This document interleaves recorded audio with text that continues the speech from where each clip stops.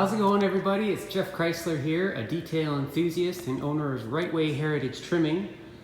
And today we're going to talk about our latest project that just came in today. It's this beautiful 1956 BN2 owned by my friend Harry Watson, who lives just over on the mainland. He brought it over today in his covered trailer and had it dropped off to be fully trimmed. So it's kind of neat having this car here. It's side by side with my own car, BN1, but almost virtually identical cars except for some of the mechanicals. It's kind of neat to see what's under the skin when you compare them. Identical color and actually identical batch of paint even that I used on my car. This is my father's old formula for BU2 that he had a whole ton of it mixed back in 1992, and there's still some going. Anyway, well, not anymore. These are the last two cars to be painted in it, but there was about 16 cars that we restored in this paint. As you can see, it has a much finer flake in it than is even available in most of today's paints, and really they spent a lot of time getting this concours accurate. So yeah, besides the paint, let's look at this BN2. It's in a year or so ago, I made a complete interior kit for this through Rightway Heritage Trimming. And now that he's got the car further along and body's on, it's ready to start installing some of that interior. So I'll be doing that over the next few weeks. And first thing I'm going to be installing here is hush mats. Obviously, if you're going for a concours car, this is not what they used, but in any other case, pretty much, this stuff I highly recommend for any classic car. It's very effective at reducing heat and vibration noise, and really easy to use. It's just really thin, like 1/16 of an inch almost, sheet, and it's peel and stick, so you just peel the back off and stick it down to all your floors and firewall areas to reduce all the heat and vibration. Makes a huge difference. Bulk pack like this, which is almost enough to do 2 cars, it's like $250 I think for a bulk pack, but goes a long way, and you'll be glad you did with the finished product. So like I say, I'll be basically covering all of the bare steel floors on this, and of course up the firewall, and just anywhere we can. So as you can see, this Harry ordered a pair of my 100S style folding backrest seats, which real 100Ss had a rigid frame that it would not fold forward, but if you want to have a functional soft top, these seats need to be able to fold forward to put away the soft top and unfold it. So we'll be getting into hush mat first, and I'll just take you through installing the rest of the interior.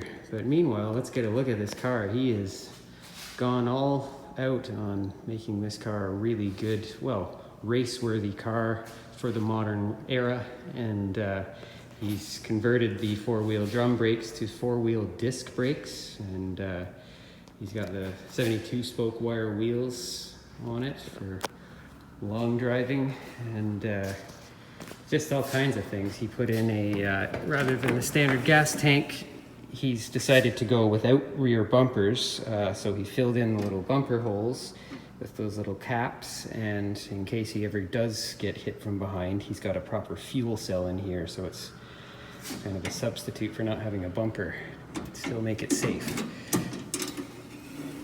So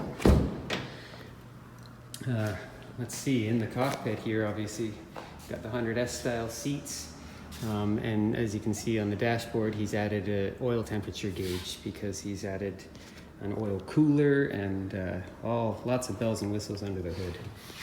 As you can see, this is a non-standard M style hood, but he's got the little racing levers, so it's really easy to pop the hood. You just flip those aside and lift the hood, and he will have a leather hood strap there. This little modification is just so it would clear the tops of the carburetors, because he's having some clearance issues, so they opted to do that, and well, works like a charm. As you can see with the grill out here, look at that. This thing is going to stay nice and cool. He's got an oil cooler plus an auxiliary electric fan plus a brand new, much more effective radiator than the stock one. This is a Dennis Welch steering box and column that has the joint in it rather than just being a straight staff. So a little safer if he gets in a front end damage. You don't have a spear pointed towards your chest. Yeah, let's look under the hood here. So here it is under the hood. Wow, what a beast. You know, he's taken the stock 4-cylinder engine and just totally modified it with the complete M-spec kit, which includes larger pistons, larger dome pistons, the M-spec camshaft, which is a faster camshaft, the 1 3/4 carburetors, larger than the standard, with the cold air box feeding them. Of course, the louvered bonnet. Yeah, so, and of course the leather hood strap that goes with the bonnet. And of course, as you can see, he's added lots more even to that. So you've got one of those high torque starter motors from Dennis Welch, and spin-on oil filter with oil cooler system installed in the front here. It's a high performance radiator, so this thing should stay really cool. And of course he's got an electric fan on the front of that radiator as well. It's been switched over to negative earth AC current with alternator, and I believe that's one of those high performance electronic ignition systems there.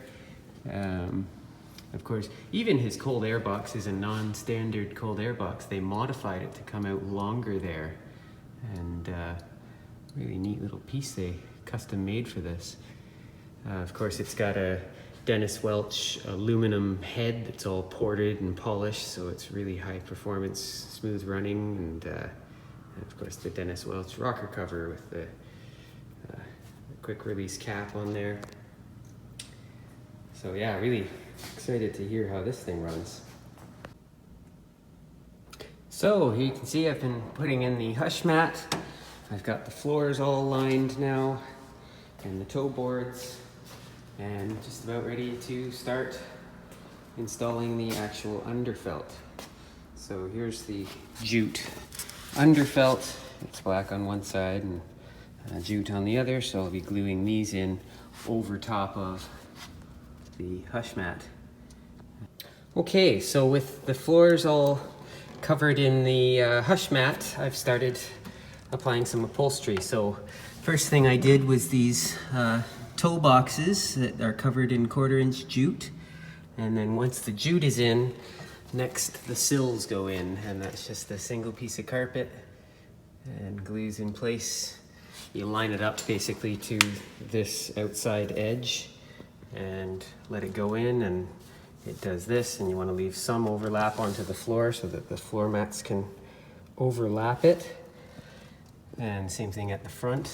You can see it just goes both ways, and I filled in the open corner. I filled in with a little cut off from there.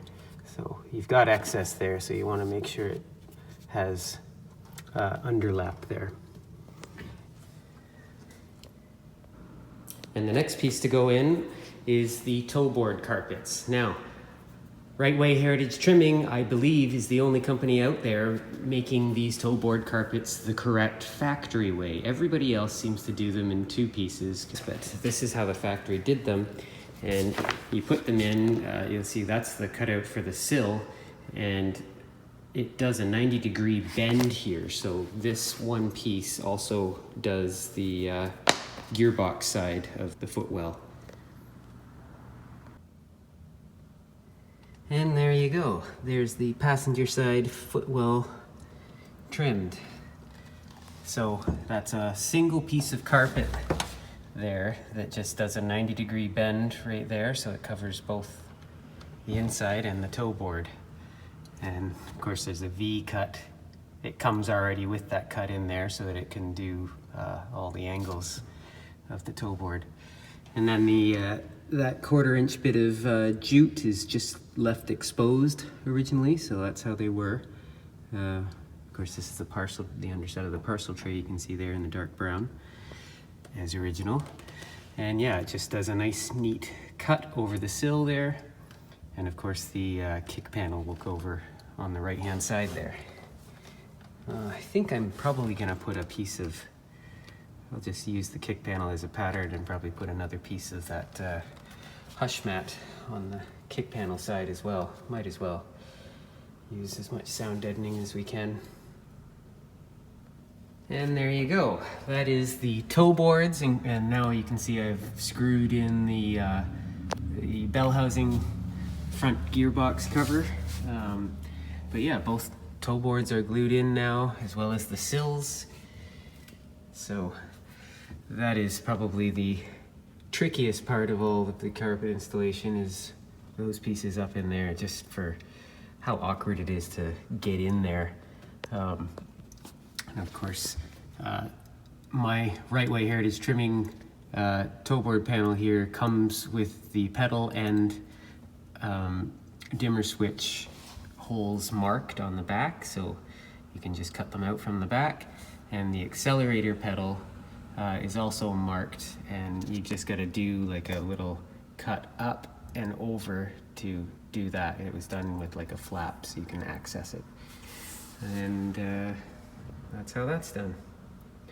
Now these are non-original. He's changed the arrangement on his overdrive, so he's going to have the overdrive switch on his actual gear shift lever, like some of the race cars did.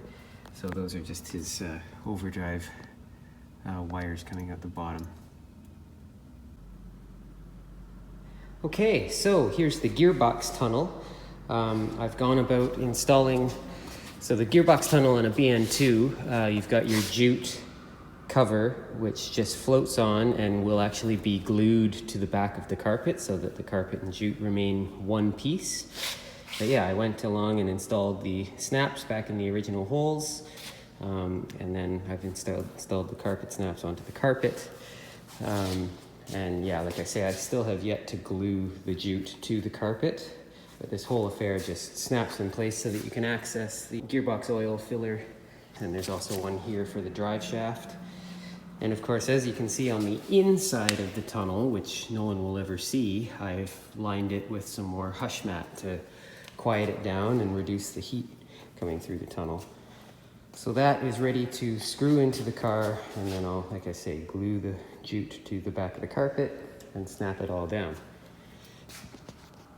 But first of all, of course, I have to do this little shorty tunnel section, because it's covered in a piece of armor cord on a BN2.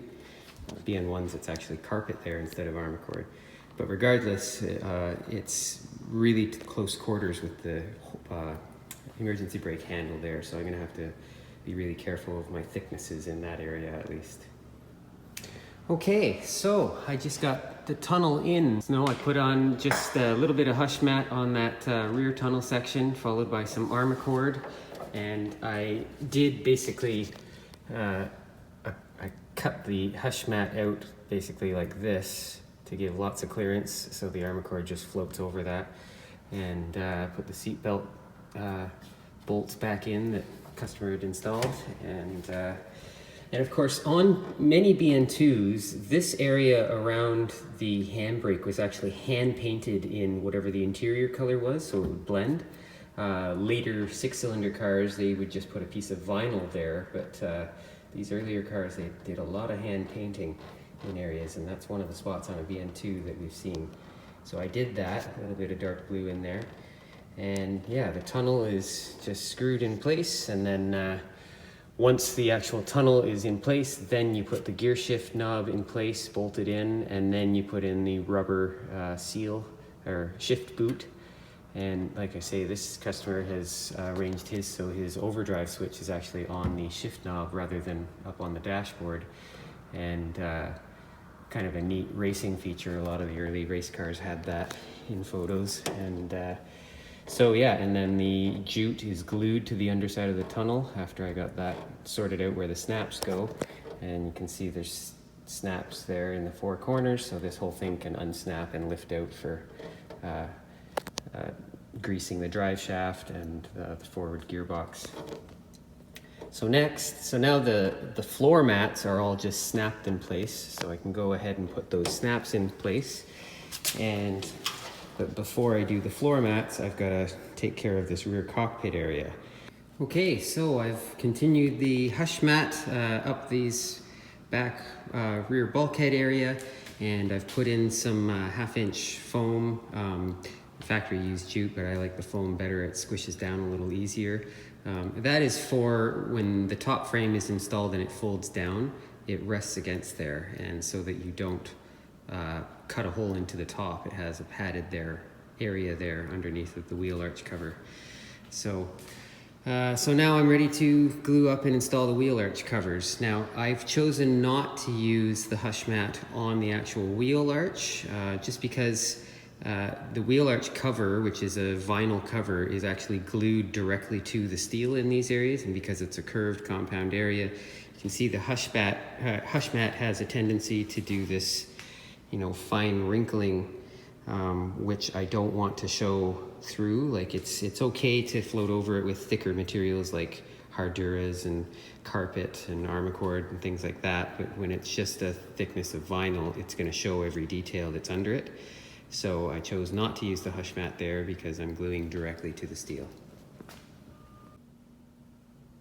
So just showing how this goes, I've glued up the area, just using my trusty spray glue gun here, hooked up to an air compressor, about 90 PSI, and that is industry standard. That's the DAP Weldwood contact adhesive. You can buy it in gallon cans. And then with the wheel arch cover, I start with the curved side. I just glue up the curved side up to the seam allowance, and this other side I'll leave as a second step. So I'm going to offer it up, and I'm going to pull it tight along its radius. Okay, so I've got the round section secure, and like I say, I just pulled it tight along that line of piping, pull it really tight, and then it's easy to get the wrinkles out.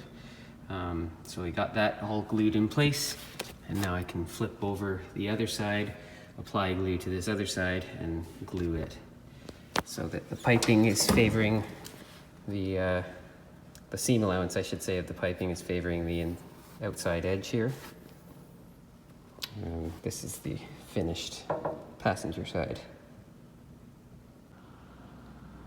Okay, and that's both wheel arches in place. So nicely glued. And now I can go about putting the next piece in, which is the lower section of Armacord that it cuts out and wraps around the edge of the battery box door there and comes up to this level. And then there'll be a separate piece that goes in over top of it along the top. So I usually like to set that piece in, get it all lined up, and then do it in halves. So I'll flip one side over, glue it all up, and glue it down, and vice versa to the other side. Okay, so we're coming right along with this rear bulkhead trimming. So as you can see, wheel arches went in, and now I've put in the main rear bulkhead Armacord, and it just wraps around the corners in here. And then this top edge here, you have to cut a couple slots to go around the hinges. So you glue it in place, make sure you wrap it down into the edge going all the way around, but leave those little slots open. And then once this is all fully glued in place, then you can screw in this lid, and you have to carefully lift up that flap so you can access the screws, screw it into place, and then just cut this flap so that it's even with the edge, and use a bit of glue and a brush to glue that back down. And that's how you mount that door. And you should always mount these battery box lid straps first with those little rivets, and then I still have to drill the holes and put the male parts. This is all new steel here, so the original holes are long gone. But so I can finish off that a little later. Now I'm gonna progress with trimming this upper piece, but First, before that upper piece goes in, I have to put the spare wheel bag in, and that is sewn to the armor cord that goes behind it, that forms the floor of the spare wheel compartment. So I have to first glue that piece of armor cord into the bottom there, and then I'll glue and rivet the spare wheel bag around this flange opening. And of course there's a little wood block that goes in that corner over there that helps hold that edge over. So I'm just offering up this spare wheel bag piece, and as you can see it's sewn to this piece of armor cord that is the floor. So what I want to do, because there's a little bit of overlap, because I like to have that little bit of overlap there so that there's no bare edges, when I'm fitting this piece, I want to reach in and make sure that it is even with the back edge inside here, because that's going to roll. This piece of vinyl that is sewn onto the other end of it is going to roll over that edge and create a nice neat edge. So I want to pull this thing into place and make sure that it's even with that back edge all the way along.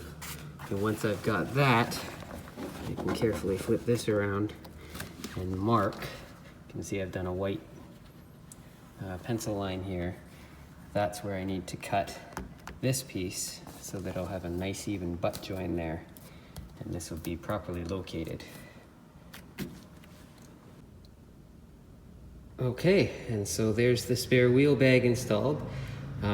So I've just I glued in that bottom section first. You can see there's the join, and then pulled this around, gluing the top section in. You've got this big flap of vinyl which glues up here. And as you go along, you got to make sure and mark, poke through. There's 3 rivets that go along here, and they're those double-sided little rivets. So you've got to do it with one person coming through from the boot side, holding like a little anvil on the bottom, and you put the rivet with the one end through the bottom and one end through the top, and with one person holding an anvil, you hammer it down from the top and secure those rivets. And then of course, again, from the boot side, there's a spare wheel block. It's like a little triangular shaped wedge that screws against the inner wheel arch there from the boot side, like I say, and secures this vinyl against the wall here. So that'll help pull that tight.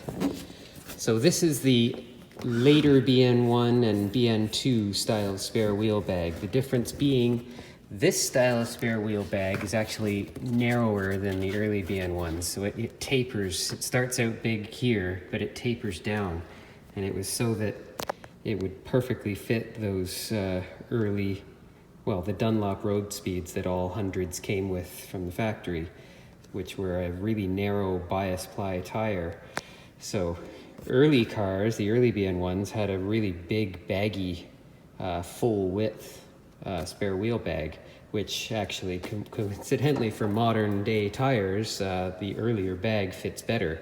Whereas these bags, you have to deflate the tire in order to even fit it, because it's actually quite narrow. It's designed for those narrower tires. But anyway, we've got the correct BN2 bag on this car, so just have to deflate the tire a little bit to fit it. Okay, so now I've got that rear section of armor cord in, and there's a bit of vinyl that's sewn to the top edge, and you hand glue that neatly along that top edge and then cut it off evenly. So the cockpit rail will hide that edge, and I'm just now starting to put in the rear quarter panels, just setting them in place for now to check the fit. But yeah, you can see how that finishes off, and then the quarter panel is going to go in there, and it has a flap on the top which also gets glued and then cut off evenly. And there we go. So this one I'm starting to install the screws. And of course these rear quarter panels already have the holes in them for the top frame, so you can poke those through at any time and mount the top. Okay, so there we go. Got the entire rear cockpit trimmed, and I've installed the rear quarter panels and finished it off with the rear cockpit rail, which has been nicely polished to a high gloss shine and then anodized to give it the correct original look. Look at that, beautiful. That is the correct anodizing that you should have on Healey cockpit rails. So, carrying on, we're going to move forward with the doors. So, with the doors, we're going to start by installing the upper door vinyl, which is this piece here. So you just glue it up and it's going to go up along this upper area. And then after that, I'll be gluing the lower door trim, which just covers this whole area. I was going to do some of that hush mat in there, but because of the wrinkly nature of the hush mat and the vinyl has to glue directly to it, I want to get a nice, clean, smooth finish there. So I'm better off to glue to the steel there because it is nice and shiny and smooth. Okay, so continuing along with the door panels, as you can see, I started by gluing on the upper door vinyl cover. It just glues directly to the metal there, and it's cut off along where the cockpit rail is going to be installed, so that edge is not seen. And around the front here, you can see it's just cut nice and even into the corner, and even with the edges, front and back. And you've got to trim it into this opening with a bunch of little V cuts and glue it up with a brush so you get glue behind. And then once that's in, you can put in the lower door vinyl, which again glues directly to the inner door skin, and it just wraps around onto the front, bottom, and rear edges. That's how they were done from the factory. And then once that's in, you can fit in your door cord. And these pull cords, the way that I supply them is just a glued piece of vinyl that's ready for your upholsterer to sew onto your metal door cord, or you can send me your door cords in the mail and I can sew them on for you and send them back. They fit in neatly into an envelope and it's no big deal for shipping. And next I've installed the upper inner door panel, and it just goes in with 3 screws, and you gotta shove it up quite high to make it level with this bottom edge. Those screws go into that bit of wood that's in the door. And then of course I've put the cockpit rail on. And when you're fitting these cockpit rails, you gotta make sure that they line up to each other, and sometimes that requires putting some flat washers behind them to bring them out, just so they line up properly to each other, which I had to do just on this back edge here. So.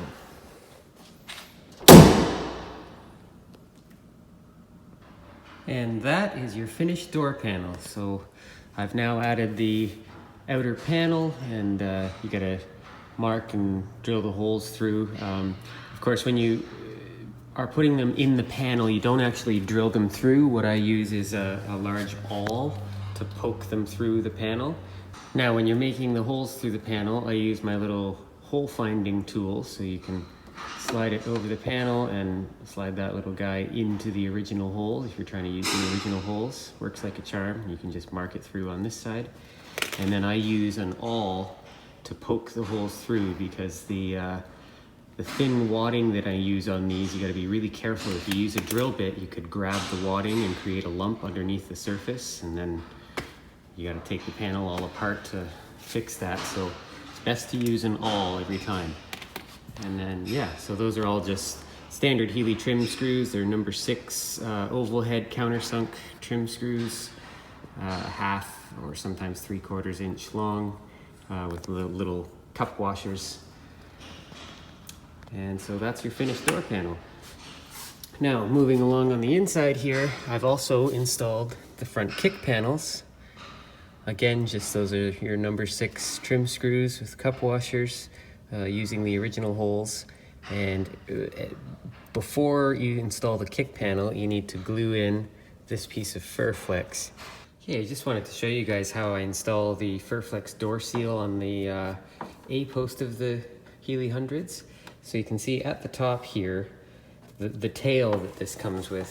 Here you can see on the inside, the tail is glued to the inside of the flange. And then right here, I've cut it, and that tail flips and goes to the outside. and gets stuffed underneath of the windshield post. So you have to loosen off all these bolts and tuck it in there, making cuts around the bolts, and then tighten everything up again, and that's how it stays. And now the seal can be installed with its bracket. Here's the little bracket that holds it in place. This is the actual seal that's gonna get bent and screwed to the bracket. And then here's the other bracket that goes in like this to hold the rest of it. So, and at the top here, I've installed these rubber door seals. This is the BN2 style. BN1's had a different arrangement. The BN2 style, it's installed with some screws and this little steel piece that goes along. And then there's that little bracket that the steel piece goes onto that screws into the door pillar. So that is how that finishes. And then of course these are carefully cut and wrapped around the corner here and go underneath of the cockpit rail. So that is BN2 style front door seals. And your finished door panel. Now as for the floor mats here, I've finished those. The rear Armaccord seat mat has only one snap originally. It's on the inboard edge right there. And it's just to hold it from moving, otherwise it's under the seat and out of sight. And then this forward kick mat, you've got two snaps that are actually already underneath the heel pad there, that I pre-installed those when I sew the heel pad on. So you just got to locate and mark those and install the male part through the floor. Of course, there's the rear snaps here, same sort of deal. And under the front floor mat, there's some more of that 1/4 inch jute underlay. And I just cut out a circle, like about a 2-inch diameter circle around each snap, so it's sandwiched under there. So if you unsnap that floor mat, the jute can come out with it.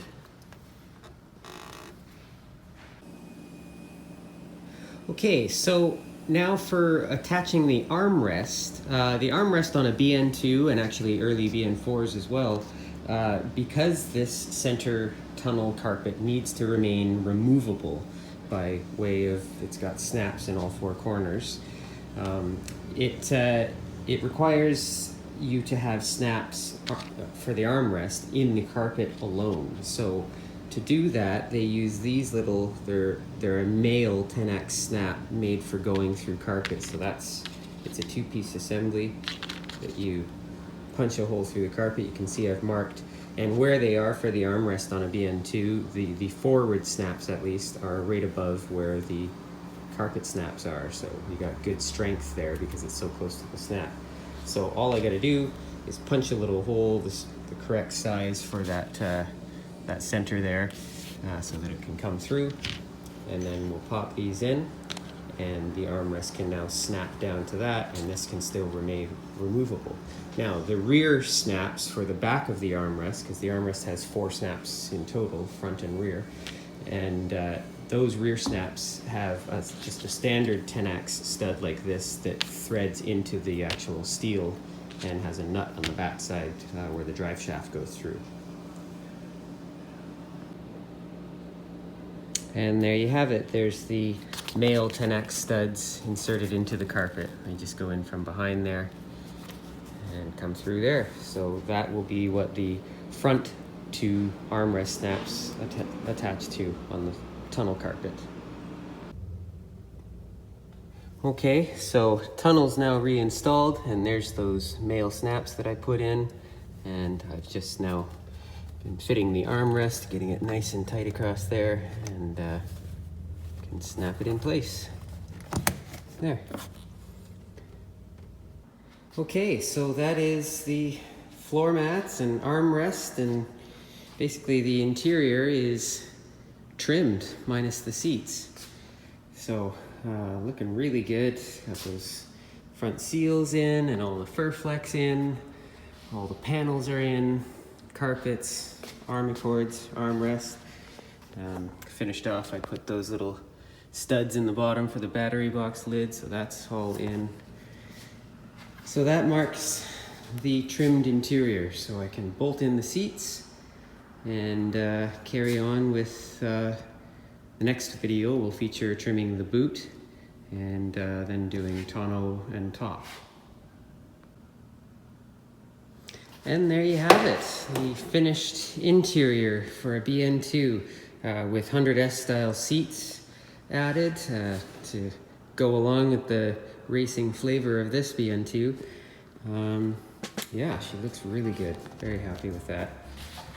And all of this upholstery and more available through Rightway Heritage Trim here in Victoria, BC, Canada. I'm Geoff Chrysler, owner of said company, a detail enthusiast. We'll see you next time.